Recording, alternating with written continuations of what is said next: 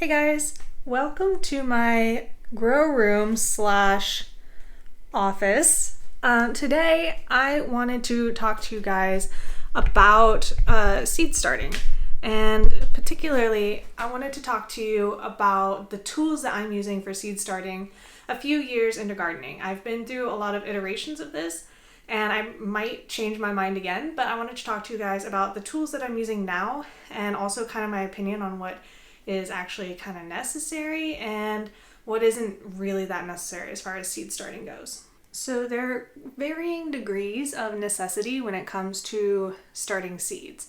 Obviously, the number one most important thing is the seed itself.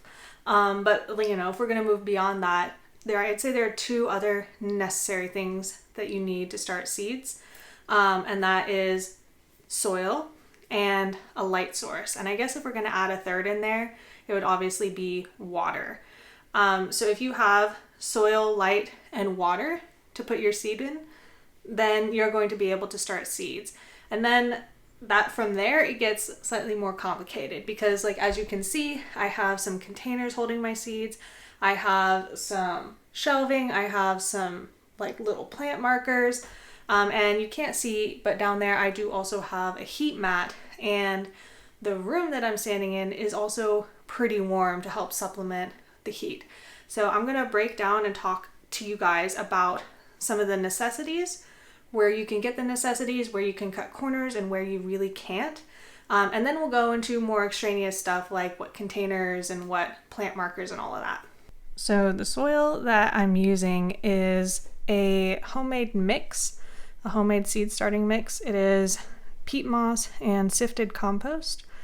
And I did that myself because I really felt like the store-bought mixtures were just too heavy in synthetic fertilizer. There were not a lot of options. I really only had one big name option, and that wasn't really good enough for me.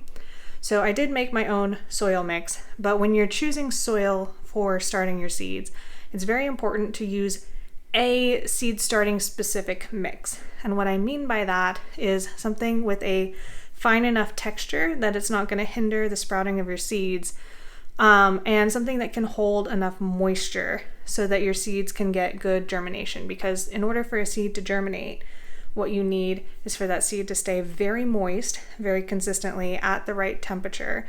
And if the particle size of the soil you're using is too large, or if it dries out too fast, then you're not going to get good contact of the seed with the moisture carrying soil, or your soil is not going to hold enough moisture next to your seed in the first place. So that's why seed starting specific mixes exist, and why a mixture of peat moss and compost can be a good idea for a seed starting mix, because it does have that fine texture if you've sifted your compost like I did.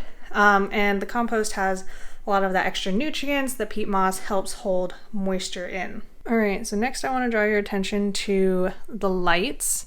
These are shop lights. They're not sold as grow lights, but they do have some very specific specifications that make them good for growing plants. So plants have pretty specific requirements for light. You can't just throw any old light bulb on them and expect them to grow really well.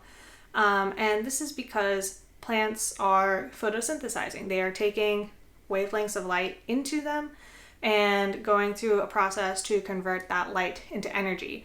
And it cannot do that with all light. And secondly, you need to have enough light, enough photons hitting the leaf and coming in to make energy for the plant to be able to photosynthesize enough to have the energy that it needs to grow.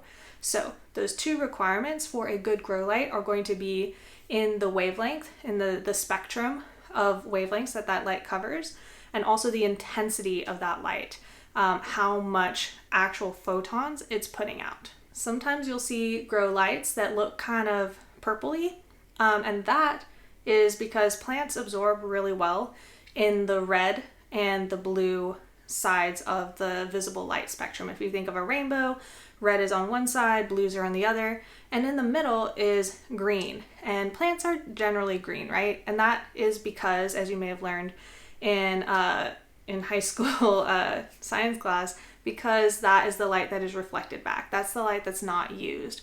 So the red light and the blue light is being absorbed and used to make energy for the plant.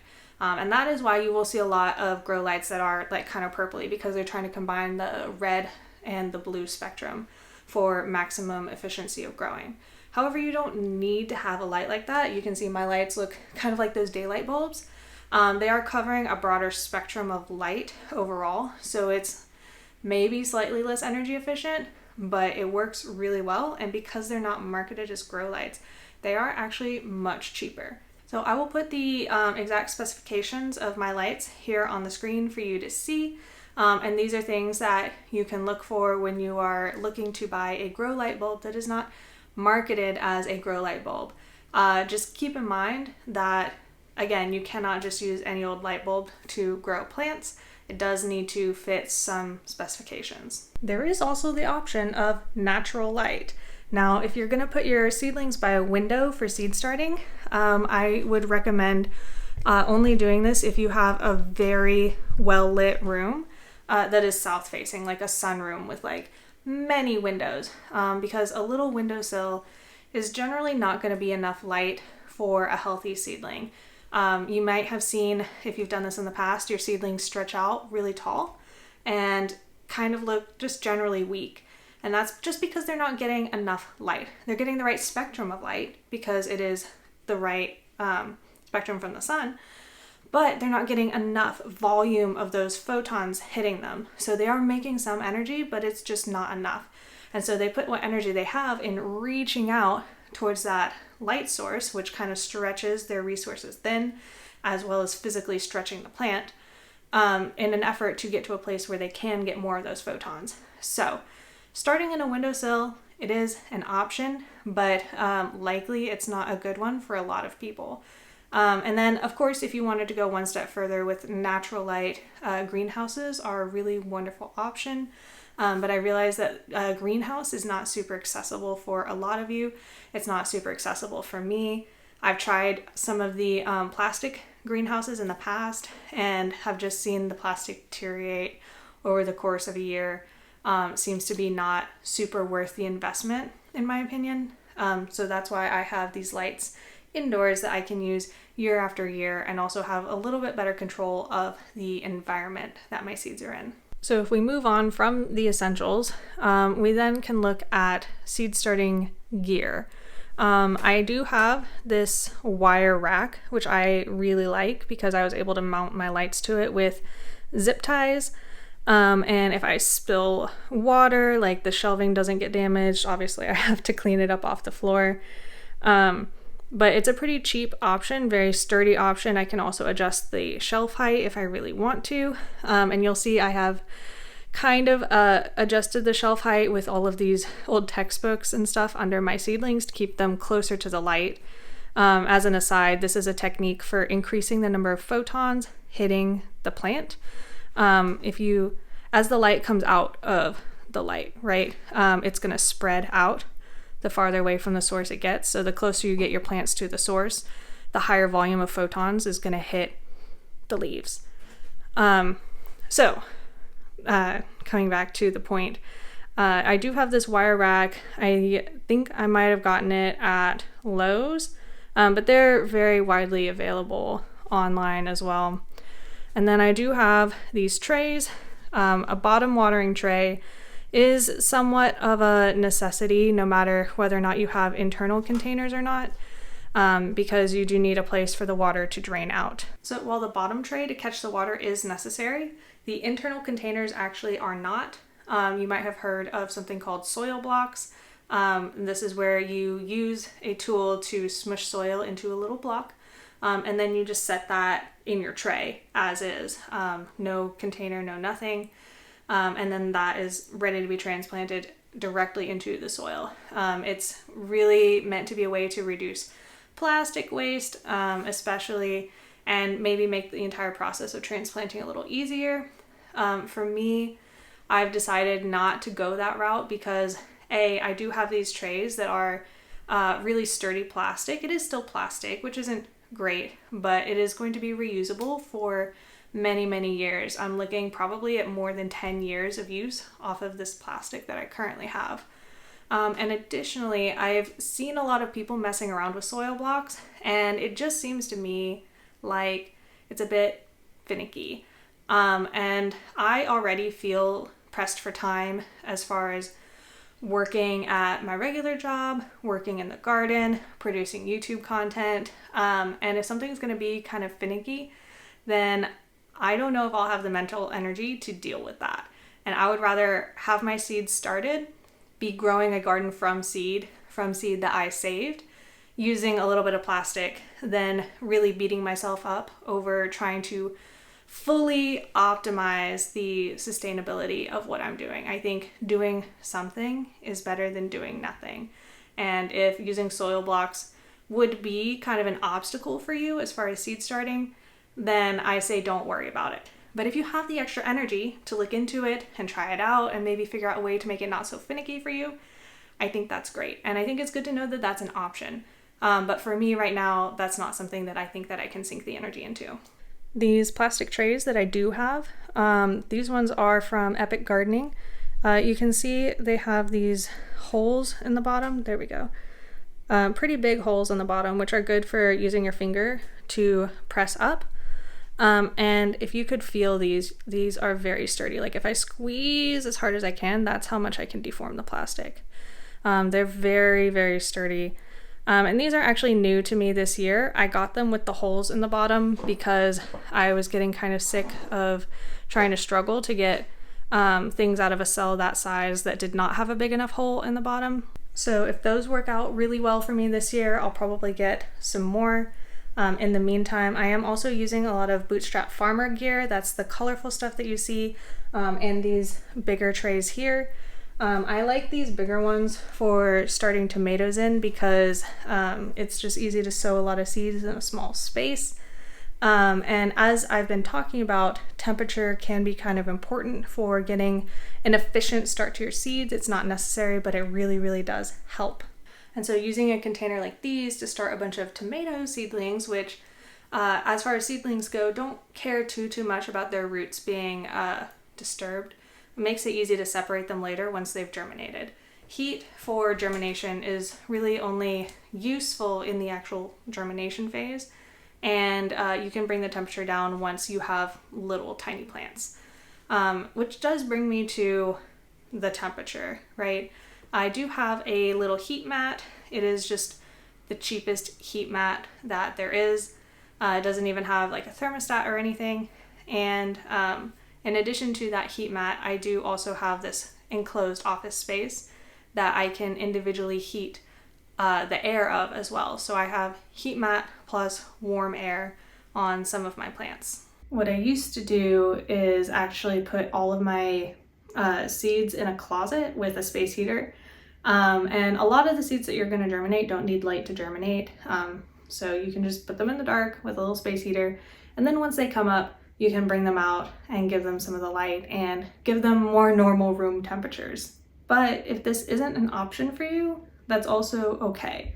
You are going to have some trade-offs that you deal with. So for example, your seeds will take longer to germinate if they're not at the temperature that is optimal for them. So for peppers, that's going to be like around 80-ish degrees Fahrenheit. And if you are cooler than that, they oftentimes will still germinate just fine, but it will take a lot longer. And then if you want to increase the percentage of your seeds that germinate, temperature can also help a lot with that. Again, it's not super necessary, but it does kind of increase your chances of success if you can do it. Okay, and then in the unnecessary vein of things, we can also talk about the little plant tags that I use. These are also plastic, but they are reusable. This one in particular I wanted to show you. You can see a little bit of color change from it having been out in the sun and the part that was stuck in the dirt. And on this side is some Sharpie that has rubbed off, and I just rewrote over the Sharpie on this side. It's also been chewed on by a cat, but as long as it can still be used as a tag, I'm going to keep using it as a tag. And the thing about these tags is I think it doesn't really matter what kind you get, because from my experience, finding a tag that can actually survive out in the garden is a very tall order. You're gonna have to look into something that is metal, potentially with the name of the thing like stamped into it, to have it actually survive being outside 24/7 for multiple seasons in a row. Additionally, if your tag is small, then it's going to get buried by the dirt. It's going to get buried by whatever plant foliage ends up growing around it. And in the middle of the hot summer, you do not want to be on your hands and knees digging around the base of a plant looking for a tiny little tag. So my fix for that is to keep a notebook where I draw a picture of my garden, and then in the notebook I note where each plant is. And that gives me a much better idea of what's in my garden from the comfort of my air-conditioned home than actually physically on my knees looking for these tags, because there's probably still some out there that got buried that I was not able to get back out after my first year. It was really ineffective. And so I will say that the type of tag you use is really only dependent on like how your seed starting setup is going. If you want to use popsicle sticks that can then be composted, that's really great. I already had all these plastic ones, so I'm just going to continue using them until they literally disintegrate and are not useful anymore. Before I let you go, I realized I did want to mention that buying trays, if you do want to use like plastic trays, is not the only option. A lot of garden centers actually have a section where they have all this discarded trays that people bring in, either from the plants that are in the garden center that, you know, people buy up and there's leftover trays, or people sometimes bring in trays for recycling. And there's usually just a stack of them available. The garden center at Lowe's near me, you can walk in, grab stuff off of that rack. If you don't know where it is, just ask somebody, they'll know what you're talking about. You can just take them for free. And so that's a really good option if you want to save a little bit of money. They're going to be kind of flimsy most of the time, but I have a couple of like trays that hold round pots about this big that I've been using for like 3 or 4 years now. So definitely not just a 1-year disposable kind of tray all the time, especially if you take care of it. And if something breaks, you can just go get another one from the stash. The only thing you're relying on there is just what's available. You can't really control too much what exactly it is that you're going to be able to get. But it's definitely worth looking into if you are on a tight budget, or you just don't want to bring new plastic into the world by making an order for a brand new tray. All right, so if you are starting seeds for the first time, or maybe it's your second time and you want to learn how to do it a little bit better, I hope this video helped you, but I also have a couple other videos that'll help you a lot. This one was mostly about the stuff that I was using to start seeds. I do have videos on the actual process of starting seeds, and I have another video on how to figure out when to start your seeds for your area. So I think both of those would be very helpful for you. And if you enjoyed this content, please like and subscribe. It really does help me out. Thank you guys so much for watching, and until next time, happy gardening.